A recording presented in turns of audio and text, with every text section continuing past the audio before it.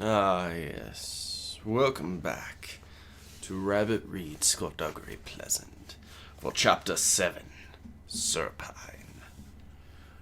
Nefarian Serpine had a visitor. The Hollowman bowed deeply as he strode through the corridors of his castle.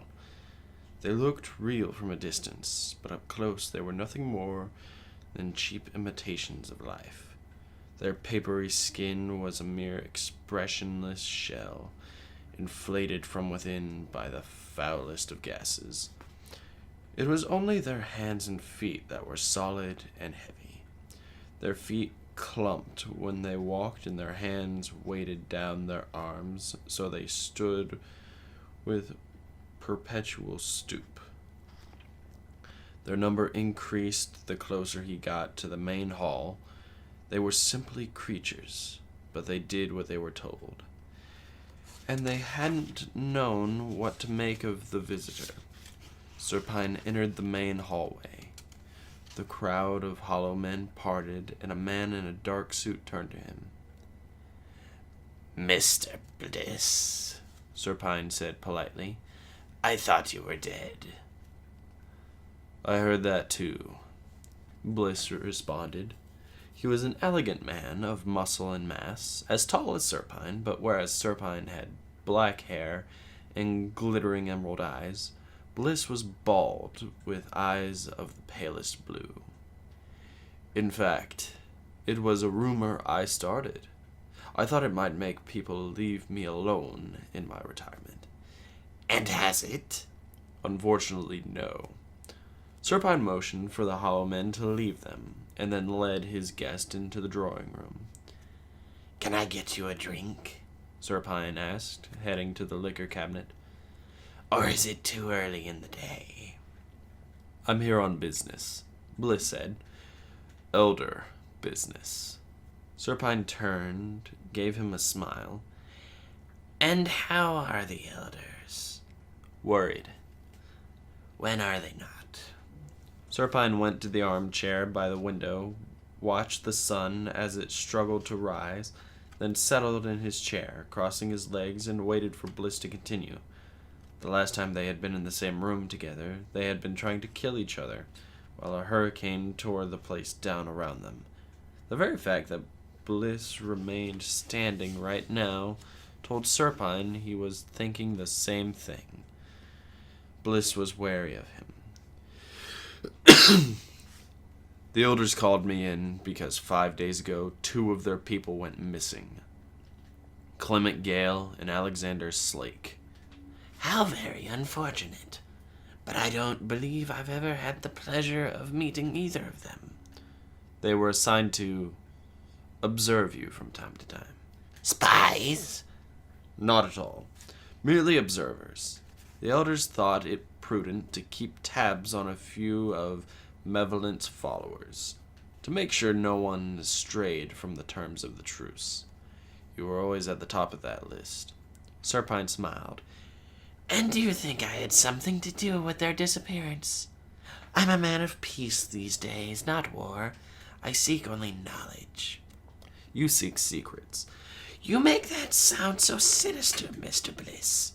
As for the missing observers, maybe they'll turn up safe and well, and the elders can apologize for dragging you out of your retirement." "They turned up yesterday." "Oh?" "Dead. "How terrible for them." Not a mark on their body. No indication at all as to how they died." "Sound familiar?" Serpine thought for a moment, then arched an eyebrow and held up his gloved right hand. "You think this did it? You think I killed those men? I haven't used this power in years. When I first learned it, I thought it was a wonderful thing. But now I look on it as a curse, and a reminder to me of my many mistakes and transgressions in my servitude to Malevolent. I don't mind telling you, Mr. Bliss, that I am deeply ashamed of what I have done with my life." Bliss stood there, and Serpine almost spoiled it all by laughing, but he managed to retain his look of mocking innocence. Thank you for your cooperation, Bliss said, turning to leave. I shall be in touch if I need to ask you more questions. Serpine waited until Bliss was at the door before speaking. They must be scared. Bliss stopped. What makes you say that? They sent you, didn't they? Why didn't they send the detective, I wonder? Skulduggery Pleasant is busy with another investigation. Is that so? Or maybe they thought it would be more intimidating by you. They thought you'd listen to me. This truce will hold only for as long as both sides want it to. The elders want it to hold. This must be nice for them. Mr. Bliss looked at him like he was trying to read his thoughts. Be careful, Nefarian. You might not like what's at the end of this road you're on. Serpine smiled. You're sure you won't join me for a drink? I have a plane to catch. Going somewhere nice? I have a meeting in London.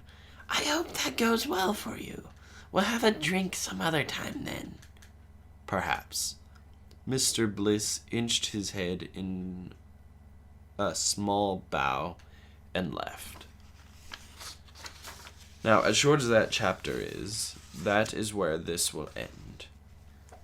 Now, we have just been able to peek at the man known as Nefarian Serpine. But what I predict is he is not a man to be trusted.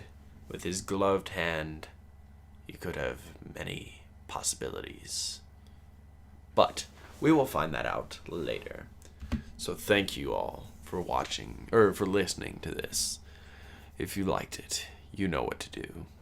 Keep things crazy, and I'll see you guys in the next one.